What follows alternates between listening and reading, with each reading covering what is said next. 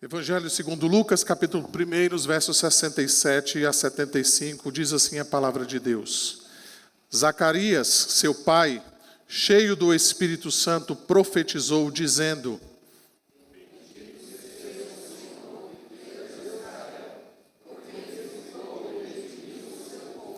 E nos suscitou plena e poderosa salvação na casa de Davi, seu servo.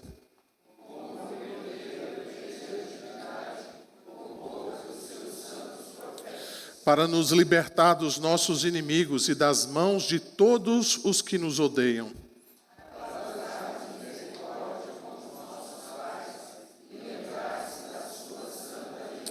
Do juramento que fez a Abraão, nosso pai.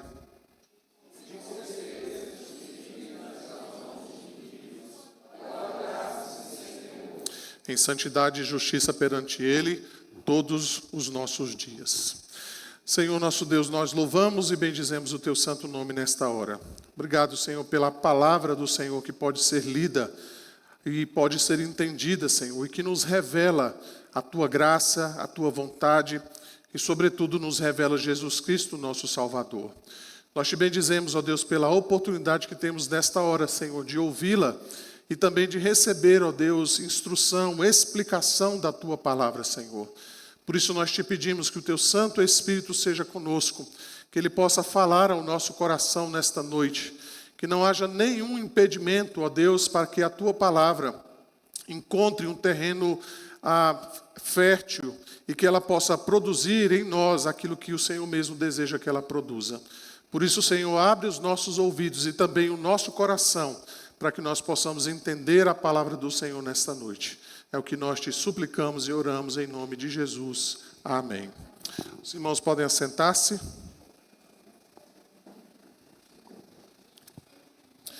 Irmãos, apenas o evangelista Lucas, ele registra aquilo que nós podemos chamar de cantos da natividade, ou cânticos, que são mencionados aqui em louvor a Deus, exatamente por tudo aquilo que antecede o nascimento do nosso Senhor Jesus Cristo.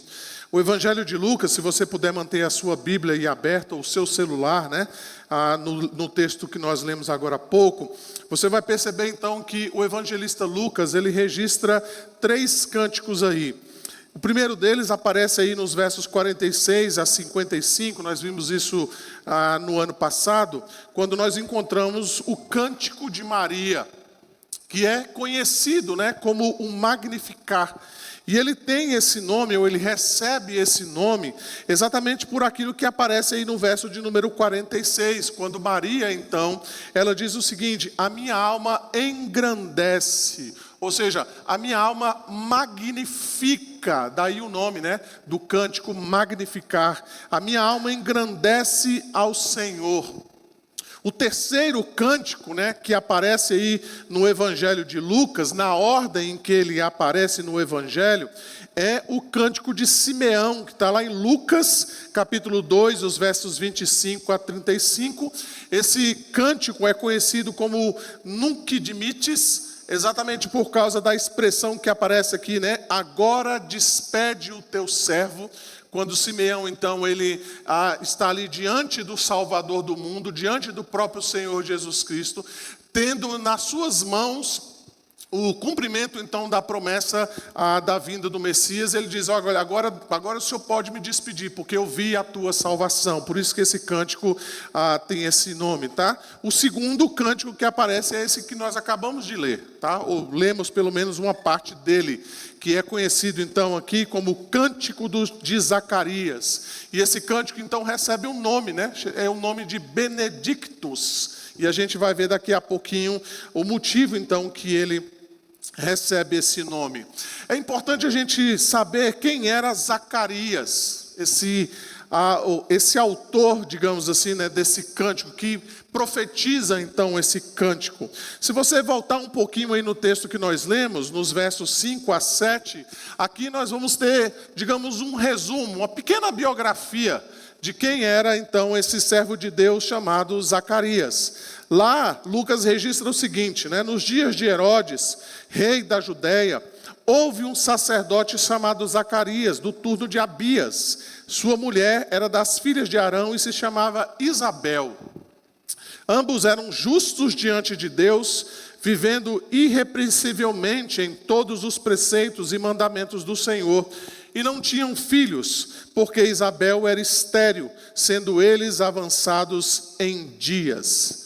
Embora Isabel então seja estéril, nós vamos ver depois, né, que ela recebe então a promessa e ela dá à luz a João, que é conhecido como João Batista, tá? Mas Batista não é sobrenome, né? Não é o mesmo sobrenome de Amado Batista, né? João o Batizador, né? Era aquele indivíduo que depois vai aparecer batizando ali no deserto. Então Zacarias é o pai de João. E se você der uma olhadinha também aí no início do Evangelho de Lucas, você vai perceber que semelhantemente então a Maria e José, Zacarias recebeu a visita do anjo Gabriel, que havia então, ou que anunciou o que estava prestes a acontecer também com esse servo de Deus. E Lucas registra isso lá no capítulo 1 também, os versos 11 a 13. Eis que lhe apareceu um anjo do Senhor em pé, à direita do altar do incenso. Vendo-o, Zacarias turbou-se e apoderou-se dele o temor. Disse-lhe, porém, o anjo: Zacarias, não temas, porque a tua oração foi ouvida, e Isabel, tua mulher, te dará à luz um filho, a quem lhe darás o nome de João. Se você caminhar mais um pouquinho aí, você vai perceber então que Zacarias então faz uma pergunta para o anjo, né? Ele não está acreditando no que está acontecendo, e aquele anjo então, ele faz com que Zacarias ele fique mudo temporariamente. A gente vai ver isso daqui a pouquinho, né? Então Zacarias sai daquele turno do seu sacerdócio e ele recebe então essa instrução de que o nome do menino deveria ser chamado de João, e Zacarias volta mudo para a casa dele. As pessoas não estão entendendo o que está acontecendo. Então chega exatamente o momento em que João nasce, e eles estão preocupados agora em que nome que vai dar para a criança. Então surge ali entre os parentes, né? Sempre é assim, né? Surge ali entre os parentes alguém que quer que coloque também o nome do menino de Zacarias. E aí então Isabel, melhor dizendo, né? Ela então diz: não, o nome dele será João. Zacarias então, vendo aquela situação e sem poder falar absolutamente nada, você vai ver então um relato de Lucas, é dado a Zacarias então um pequeno pedaço de tábua, onde ele então escreve exatamente o nome de João. E a partir daquele momento, então, ele volta a falar, né? Ele acaba ali a sua mudez, e ele, então, dá louvor a Deus, e ele expressa, então, exatamente esse cântico que nós temos aqui. Esse cântico que, de fato, é um cântico maravilhoso.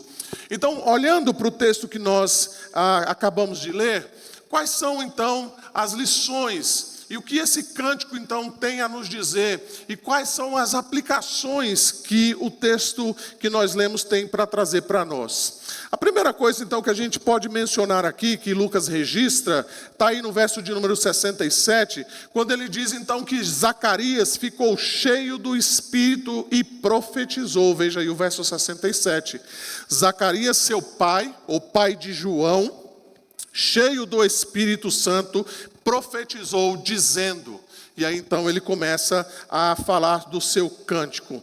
Nós vimos então anteriormente, conforme a gente mencionou aqui no início, que Zacarias era um sacerdote de Deus. Ele e a sua esposa eram pessoas tementes a Deus, viviam justamente diante de Deus. E agora então Zacarias afirma que ele ficou cheio do Espírito Santo de Deus. E isso às vezes pode querer nos confundir de achar que esse homem, né, não era um homem, digamos assim, muito justo diante de Deus. Por que Lucas então está registrando que agora, nesse momento, ele ficou cheio do Espírito Santo de Deus? Então, o fato de Zacarias ficar cheio do Espírito Santo revela para nós exatamente a grandeza, a beleza da ocasião. Não é que ele não tinha o Espírito Santo, mas agora ele precisa, digamos assim, de ser mais cheio. Ele precisa de uma porção maior, vamos dizer assim, do Espírito. exatamente para compreender o significado dos acontecimentos que estão a por vir, do nascimento de João e, consequentemente, aquilo que virá depois por meio de Jesus Cristo, nosso Salvador. Então, Zacarias, ele precisa mais do Espírito. Ele não pode compreender o que está acontecendo, digamos assim, simplesmente tendo a sua capacidade humana, simplesmente levando em consideração os fatos que ele tem diante de si. Por isso, então, Lucas registra que ele foi tomado pelo Espírito Santo. Ele foi cheio do Espírito Santo, então, e profetizava. Em outras palavras, irmãos, o que o evangelista Lucas tem em mente é que Deus, então, naquele momento, ele encheu o então sacerdote Zacarias, para que ele fosse então o seu profeta, para que por meio então de Zacarias, Deus pudesse então dar as suas palavras àquele homem, e que ele então por sua vez, pudesse então numa expressão de louvor, de gratidão, de reconhecimento de quem Deus é, por meio então do Espírito Santo, ele pudesse como que trovejar a palavra de Deus por meio deste cântico. Então, não sei se os irmãos estão entendendo bem o que está acontecendo aqui. Não é apenas o nascimento de mais uma criança qualquer. Não é um evento que uma mulher então vai dar à luz a uma criança. Mas é a salvação de Deus que está chegando e ela precisa ser anunciada a plenos pulmões. Ela precisa ser anunciada, então, da melhor maneira possível. Ela precisa ser anunciada de maneira poderosa e clara. E é isso então que o Espírito Santo está fazendo aqui com esse servo de Deus chamado Zacarias. E é belo então, irmãos, quando a gente lê aqui o início do Evangelho de Lucas e a gente perceber as diversas vezes que Lucas então faz referência à presença do Espírito Santo nos eventos que estão acontecendo. Se você der uma retornada aí novamente no Evangelho de Lucas, você vai perceber, por exemplo, no capítulo 1, verso 15, veja que nós encontramos ali: pois ele será grande diante do Senhor, não beberá vinho nem bebida forte, e será cheio do Espírito Santo já no ventre materno. Uma referência então aqui a João. Veja que lá em Lucas capítulo 1 também, o verso 35, quando o anjo então fala com Maria, ele então diz o seguinte: descerá sobre ti o Espírito Santo, e o poder do Altíssimo te envolverá com a sua sombra. Você então vai também encontrar Lucas registrando no verso de número 41, quando Isabel então se encontra com Maria, ouvindo esta saudação de Maria, a criança lhe estremeceu no ventre. Então Isabel ficou possuída do Espírito Santo. Então percebam, irmãos, que é um evento histórico que está acontecendo, mas nem por causa disso o Espírito Santo não se faz presente, muito pelo contrário. Ele evidencia de maneira clara que o nascimento de Jesus Cristo, então, é a salvação de Deus que foi anunciada pelos profetas, conforme a gente vai ver aqui. E não só isso, irmãos. Lucas, então, através dessa manifestação do Espírito Santo aqui, ele confirma, então, que o cântico de Zacarias foi dado por Deus. Olha como isso é bonito, não é? Porque os poetas podem escrever algo dessa maneira, os poetas podem expressar muitas coisas através dos seus sentimentos, do seu treinamento. Eles podem trazer palavras muito belas através da poesia ou através dos seus escritos. Mas aqui o que nós temos não é apenas um cântico belo, mas é a palavra de Deus inspirada por meio, então, do próprio Espírito Santo, que toma, então, o profeta, esse sacerdote Zacarias e o transforma, então, como um profeta de Deus, para anunciar a salvação por meio de Jesus, o nosso Salvador. Eu não podia deixar de passar, e eu espero que os irmãos tenham percebido isso, de que Zacarias, então, sai da sua mudez, não é?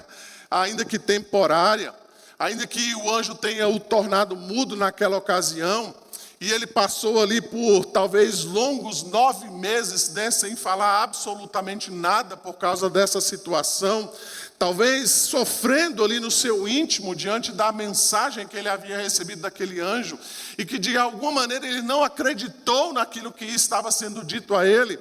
Mas agora Lucas então registra essa mudança. Ele deixa de ser um mudo. Ele deixa então de ser alguém calado, alguém quieto, e ele se torna então um profeta de Deus. Ele tem a sua fala restaurada e Deus então o transforma, Deus o toma então como um instrumento do Espírito. E ele proclama em alto e bom tom as maravilhas que Deus está fazendo e que Deus fará por meio do Salvador Jesus Cristo. Calvino, quando ele comenta esse texto, ele fala que Zacarias, então, ao ser cheio do Espírito Santo, ele fala não como mera criatura, é o que diz Calvino, não como um homem mortal, mas como se o Espírito Santo se estivesse manifestando de forma visível, por meio do profeta, então, por meio de Zacarias, nesse momento. Então, notem, irmãos, que belo ensino nós temos diante de nós.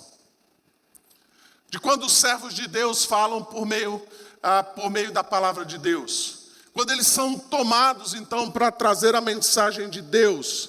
Isso diz respeito, então, ao fato de que nós não devemos desprezar essas mensagens. É isso que Lucas está dizendo. Quando Zacarias é tomado pelo Espírito e ele faz esse cântico que foi registrado aqui na Escritura, não é simplesmente para narrar um fato para nós, mas é para dizer que a palavra de Deus está sendo proferida, ela está sendo dita, e a gente precisa prestar atenção quando a palavra de Deus, então, está sendo colocada diante de nós.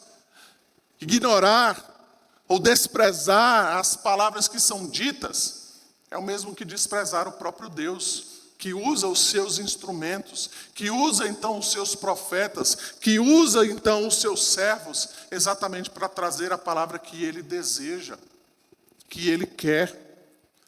A gente encontra algo semelhante, por exemplo, quando a gente ouve a história daquele diácono, né, chamado Estevão, quando nós encontramos a história dele lá em Atos capítulo 7, quando ele começa então a trazer a palavra de Deus, e ele começa então a pregar para aqueles judeus que estão ali, e ele começa a dizer exatamente isso, que os judeus desprezaram a palavra de Deus, que eles não foram atentos aos profetas que Deus havia levantado, e ao se recusarem a ouvir a mensagem apostólica, que estava sendo anunciada exatamente da mesma maneira ali no início do livro de Atos, Estevão vai dizer: vocês estão novamente recusando a palavra de Deus. Veja, por exemplo, lá quando ele diz em Atos capítulo 7, o verso 50 e 51.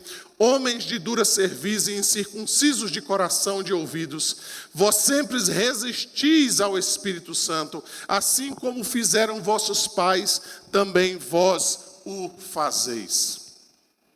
Como é que eles estavam resistindo ao Espírito Santo?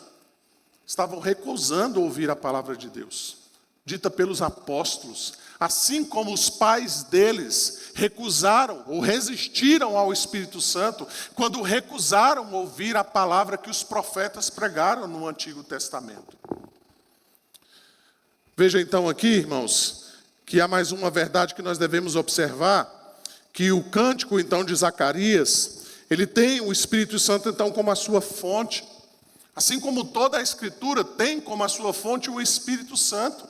É a Escritura, então, que o Espírito Santo usa para revelar a vontade de Deus, para santificar as nossas vidas, para dizer como nós devemos guiar a nossa vida e tomar as nossas decisões. Veja então, irmãos, que não importa se a palavra de Deus está sendo ministrada por homens mortais. Sobretudo, nós precisamos considerar que a palavra de Deus é a palavra de Deus. Ele é o autor último, ele é a fonte última. Ele é aquele então que revela a sua vontade por meio dos seus servos, ainda que os seus servos sejam meros instrumentos. É isso que nós olhamos então no cântico de Zacarias. embora ele seja simplesmente um instrumento, ele é tomado então pelo Espírito Santo para trazer esse cântico aqui diante de nós, para dizer então que esta é a palavra que Deus está proferindo então por meio do seu servo.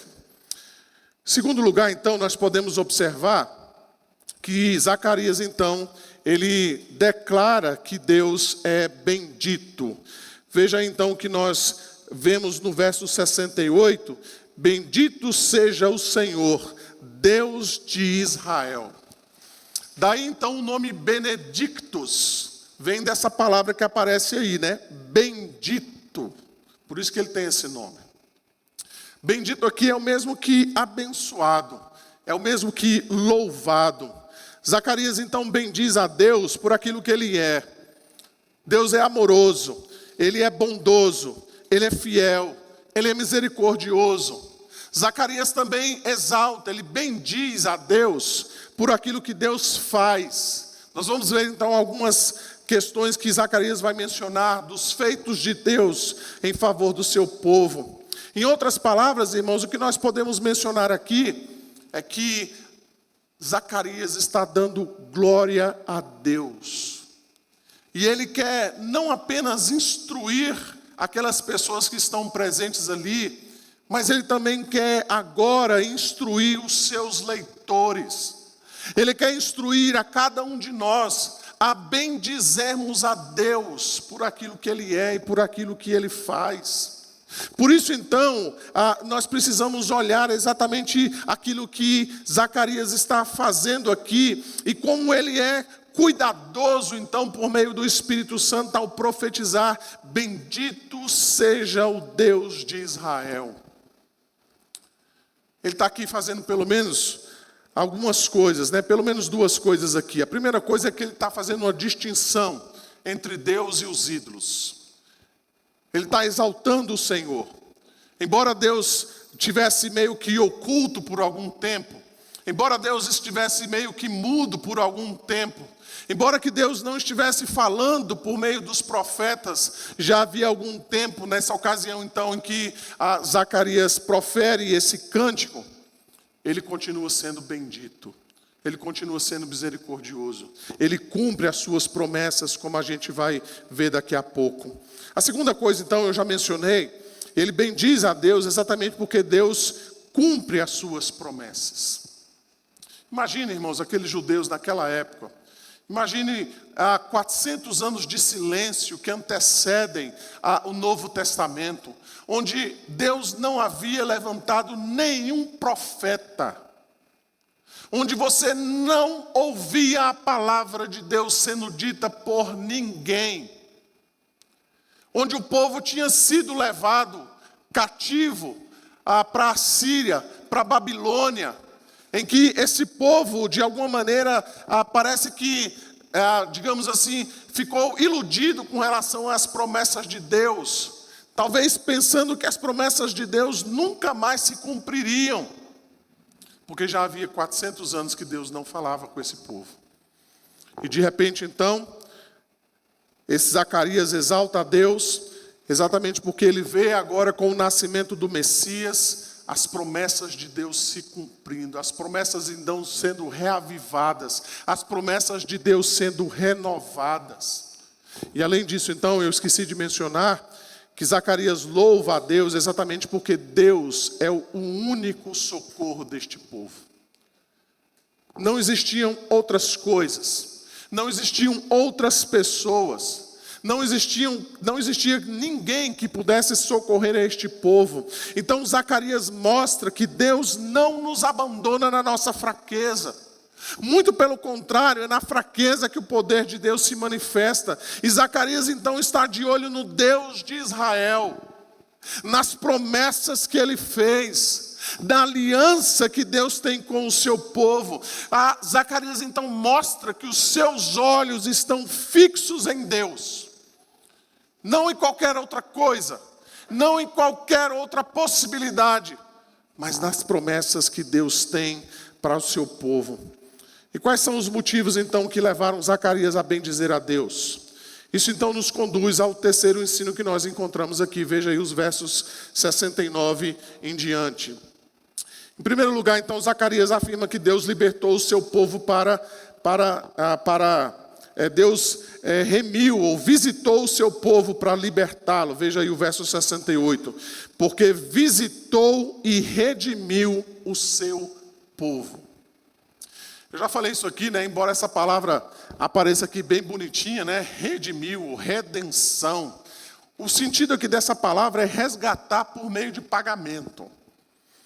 A ideia aqui, irmãos, é de um prisioneiro, é de um escravo. É alguém que estava acorrentado, ele vivia sobre o jugo de um senhor. Ele então era escravizado por esse senhor, ele não tinha vontade própria. Ele estava ali subjugado. E alguém então vem e paga o preço. Quanto é que é? É tanto, então eu vou comprar. Então era assim que os escravos eram redimidos, eles eram comprados. E é isso então que Lucas está registrando aqui. Ele diz então que Deus visitou o seu povo e redimiu o seu povo.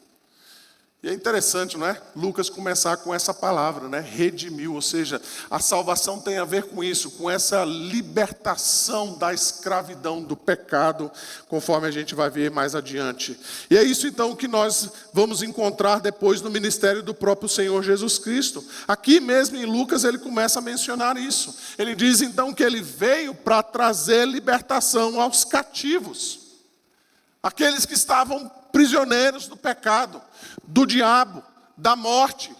Foi isso então que o Senhor Jesus Cristo fez então no seu ministério. E é para isso então que ele se manifestou. Então Lucas revela aqui para nós, irmãos, que a humanidade sem Deus, ela vive então essa escravidão espiritual. Essa é a grande realidade que a Bíblia mostra para nós. Segunda coisa que a gente pode mencionar aqui é que ninguém pode libertar-se por si só. Ninguém pode sair da escravidão por vontade própria. Ninguém tem poder, então, para sair dessa escravidão. Ninguém pode dizer não a esse Senhor chamado pecado. Por isso, então, precisa manifestar a graça de Deus, a redenção, a libertação que vem por meio do Senhor Jesus Cristo. Além disso, então, Lucas diz que Deus trouxe a salvação prometida. Veja aí então, novamente, né, ele vai dizer no verso 69, e nos suscitou plena e poderosa salvação na casa de Davi, seu servo, como prometera desde a antiguidade por boca dos seus santos profetas. Notem então que ele traz aqui essa menção, né, dessa salvação plena e poderosa. Embora apareçam essas duas palavras aqui para nós, né, plena e poderosa, na verdade no texto original só aparece a palavra poderosa, mas no sentido mesmo sim de que esse poder é um poder pleno. Por isso que o autor aqui decidiu por essa tradução. Mais interessante ainda é a palavra que é traduzida como poderosa aqui no grego, né? Talvez alguns irmãos vão estranhar, né? Mas se a gente fosse traduzir aqui literalmente o que Lucas está dizendo aqui, a gente teria que traduzir assim, né? Deus nos suscitou um chifre. É esse o sentido lá. Deus nos suscitou um chifre, né? Mas o sentido de chifre aqui não é o sentido que a gente conhece, tá, irmãos? Você vai ver isso, por exemplo, no livro do Apocalipse, né? Que você vai ver algumas criaturas que aparecem lá com chifres, né? O chifre tem um sentido de poder, tem sentido mesmo de autoridade. Então, quando Lucas está dizendo aqui que Deus suscitou para nós um chifre, ele está dizendo, Deus suscitou para nós essa manifestação de poder. A salvação tem a ver com isso.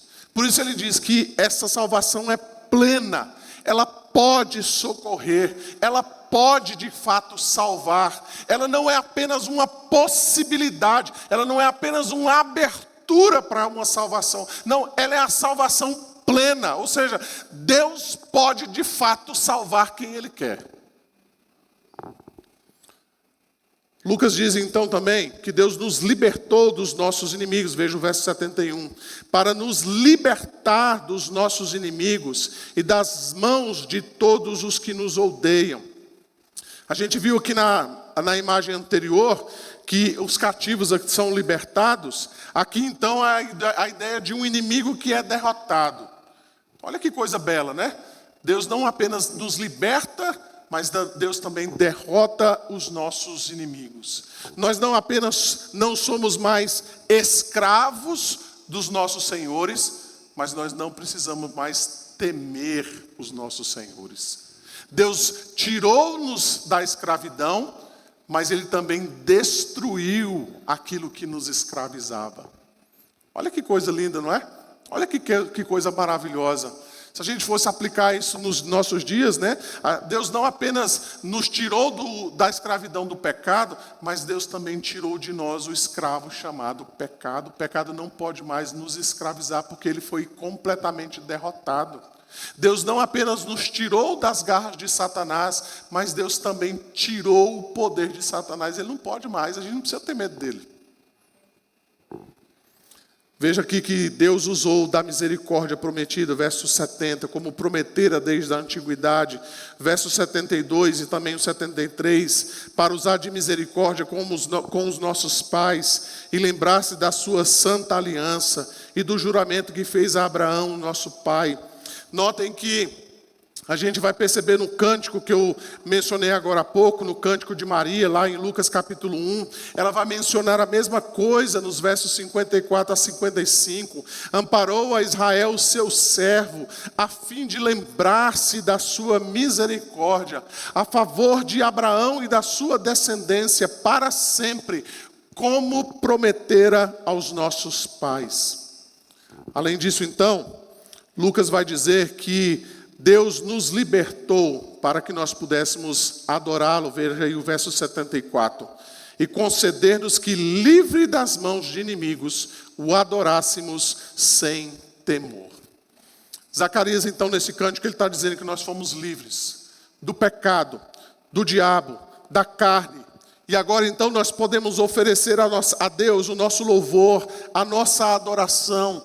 Nós podemos agora, então, livremente entregar toda a nossa vida nas mãos de Deus, para que nós possamos adorá-lo.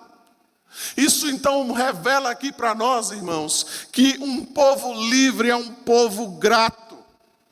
Um povo livre é um povo que serve. E é interessante que a palavra que é traduzida aqui para nós como adorar, no verso 74, ela tem o sentido de servir. Ela tem o sentido de desempenhar serviços religiosos. Ela tem o sentido de ofertar dons. Olha que interessante, ela tem o sentido de adorar a Deus na observância de ritos instituídos para a adoração. Em outras palavras, o que Zacarias está dizendo é que o crente, aquele que foi liberto da escravidão do pecado, ele não acha ruim momentos como esse, ele não acha o culto enfadonho porque ele está no momento de uma cerimônia religiosa. Muito pelo contrário, ele tem prazer nisso. Ele adora fazer isso. Ele quer de fato estar nesse momento da adoração, exatamente porque ele foi liberto da escravidão. E ele agora então pode oferecer tudo a Deus. Ele pode oferecer a sua vida a Deus. Ele não tem mais nenhum limite, nenhum impedimento, nada absolutamente que vai deixá-lo em casa, nada que vai escravizá-lo, nem preguiça, absolutamente nada. Ele está livre para adorar a Deus, para cumprir os ritos religiosos, dos quais então ele pode e deve participar. Além disso, então, o cântico de Zacarias vai dizer que Deus nos salvou para que vivamos em santidade e justiça. Veja aí o verso 75. Em santidade e justiça perante Ele, todos os dias. A palavra santidade, então, aqui, ela indica que nós fomos salvos para vivermos uma vida diante de Deus. A palavra justiça, ela diz então, ou ela aponta para aquilo que nós devemos viver com relação ao nosso próximo. Então percebam que santidade significa aquilo que nós não devemos fazer, enquanto que justiça, ela aponta para aquilo que nós devemos fazer, ou para aquilo que Deus exige que nós façamos. Isso significa então, meus irmãos, que o povo de Deus não deve buscar nada menos que a perfeição aos olhos de Deus. Talvez você diga assim, pastor, mas é difícil isso. Eu sei que é difícil, mas esse é o patamar, esse é o alvo de Deus, a perfeição aos olhos de Deus. Percebam então, irmãos, partindo aqui para a conclusão. O advento então significa isso. Deus visitou e redimiu, libertou o seu povo. Ao enviar então o seu Filho unigênito, Deus desceu até nós. Ele desceu para salvar todo aquele que nele crê. Jesus Cristo então veio para salvar todos aqueles que o Pai lhe havia dado. O cântico então diz que Deus trouxe plena e poderosa salvação ao seu povo. Salvação perfeita, completa, eterna. Salvação do pecado, libertação do diabo, libertação da morte. O cântico mostra então que Deus cumpriu a sua aliança e as suas promessas para com o seu povo. A salvação então nunca foi uma obra realizada de última hora. Deus planejou todas as coisas conforme a sua vontade, conforme o seu querer. Tudo então estava preparado para que na plenitude dos tempos, Jesus então viesse até nós, cheio de graça e de verdade, e manifestasse então a salvação de Deus prometida aos pais desde Abraão, para ele cumprir as suas promessas, para ele cumprir então os seus desejos em nós. Que desafios e que ensinos nós temos nesse texto para nós hoje, irmãos? Primeiramente então esse texto nos ensina como nós devemos bendizer a Deus. Percebam então aqui, irmãos, que nós devemos magnificar a Deus. Nós sabemos os motivos pelos quais nós devemos fazer isso. Isso quer dizer, irmãos, que nós não somos ignorantes a respeito daquilo que nós devemos bendizer, adorar e exaltar o nome do nosso Deus. A nossa adoração, ela é objetiva, ela é clara, ela é nítida. Nós não somos como pessoas que não conhecem a Deus, que não encontram motivos ou que têm motivos não muito claros a respeito do que devem adorar e bendizer a nosso Deus, mas nós temos isso claramente diante de nós. Por isso, irmãos, a nossa adoração ela não pode ser confusa, por isso a nossa adoração não pode ser restrita, mas ela deve ser plena, porque nós temos diante de nós o testemunho da palavra de Deus, daquilo que Deus é e daquilo que Deus faz. Nós temos o cântico de Zacarias diante de nós, que fala dos feitos do Senhor e daquilo que Ele é e daquilo que Ele pode fazer e certamente faz em nossas vidas nos dias de hoje. Por isso, irmãos, muitas vezes a gente vê por aí, não é? Pessoas tentando adorar a Deus de várias formas, tentando buscar até mesmo formas ocultas, formas até mesmo duvidosas de adorar a Deus ou de chamar a atenção de Deus. Mas muitas vezes essas formas, elas fogem ou elas se distanciam daquilo que o apóstolo Paulo vai chamar da pureza e a simplicidade do Evangelho. Irmão, saber quem Deus é e aquilo que Deus faz, já seria suficiente para nós adorarmos a Deus, a entregarmos tudo aquilo que nós somos, tudo aquilo que nós temos diante do Senhor. Esse texto aqui também nos revela que nós servimos ao único Deus vivo e verdadeiro. Notem então, Lucas vai registrar isso mais adiante, Deus enviou seu Filho unigênito para ser o nosso Redentor. Nosso Deus é o único Deus vivo e verdadeiro. Os outros deuses não passam de ídolos, não passam de ilusões, não passam de falsos deuses. Ainda que o nosso Deus nos permita sofrer, ainda que inimigos se levantem contra nós de todos os lados, Deus continua sendo o nosso Deus e o nosso Redentor. Ele não nos entrega finalmente aos nossos inimigos. Por isso, meus irmãos, se você está aqui nessa noite e você talvez esteja sofrendo, talvez você perceba que inimigos se levantam contra você, saiba disso, Deus é o único Deus verdadeiro. Ele é o único socorro. E mesmo que muitas vezes a gente tenha que gemer, muitas vezes a gente tem a impressão que Deus está, digamos, meio atrasado, né, na nossa agenda. Nós devemos continuar com toda a paciência, sabendo que nós podemos vencer até mesmo o nosso inimigo Satanás, por meio então desse Deus verdadeiro, que se lembra do seu povo, que se lembra então da sua igreja. Esse texto então nos ensina isso, que Deus visita o seu povo, Deus visita os seus eleitos. Mesmo quando pensamos, irmãos, que Deus está calado, mesmo quando nós pensamos que as nossas orações não são respondidas, nós temos a certeza de que Deus nos visitará. O profeta Isaías, lá no capítulo 8, verso 17, ele diz: esperarei por Deus, ainda que ele se oculte de mim e a sua face esteja voltada contra Jacó. Deus cuida do seu povo, irmãos. Sempre foi assim na história da igreja. Sempre foi assim na história do povo de Deus.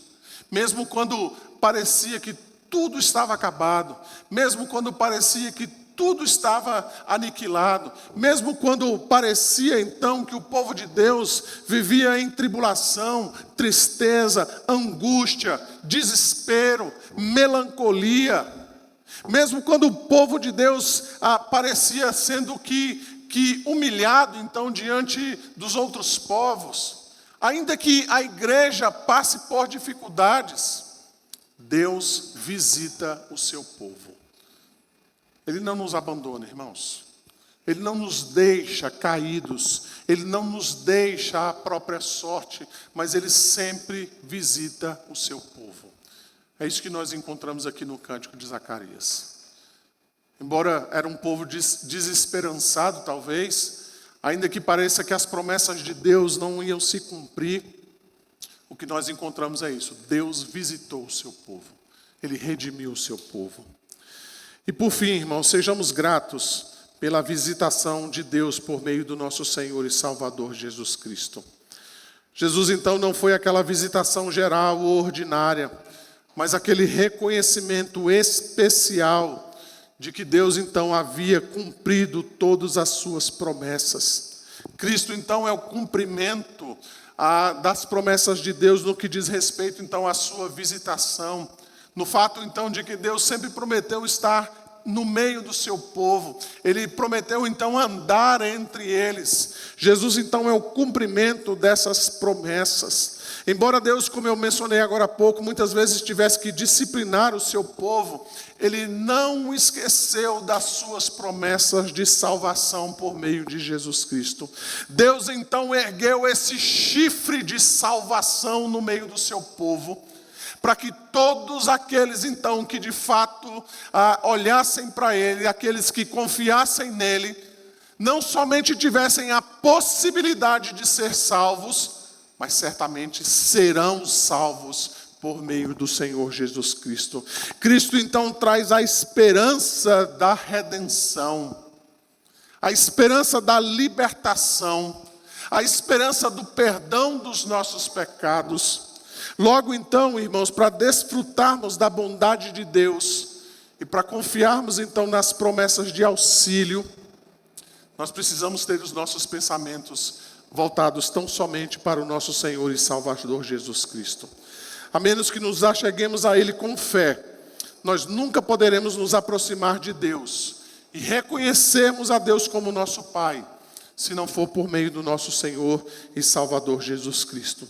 Somente por meio de Jesus Cristo, nosso Salvador, nós podemos receber a graça de Deus, ainda que nós vivamos nesse mundo tenebroso, ainda que nós vivamos dias difíceis, ainda que nós vivamos no sofrimento.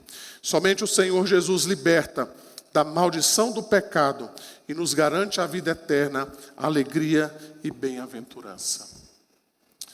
Talvez você entrou aqui nessa noite sem saber exatamente qual caminho você deve andar, quais decisões que você deve tomar para o ano que se inicia. Talvez o que nós precisamos é isso exatamente, irmãos, é olharmos para o Senhor Jesus Cristo, o nosso auxílio, o nosso Redentor, o nosso Libertador. Sem o Senhor Jesus Cristo, de fato, nós caminharemos sem esperança, ainda que a gente pense que nós temos esperança. Nós caminharemos então sem confiança, embora a gente ache que somos confiantes. A gente vai andar sem auxílio, embora a gente pense que nós temos o auxílio que nós necessitamos.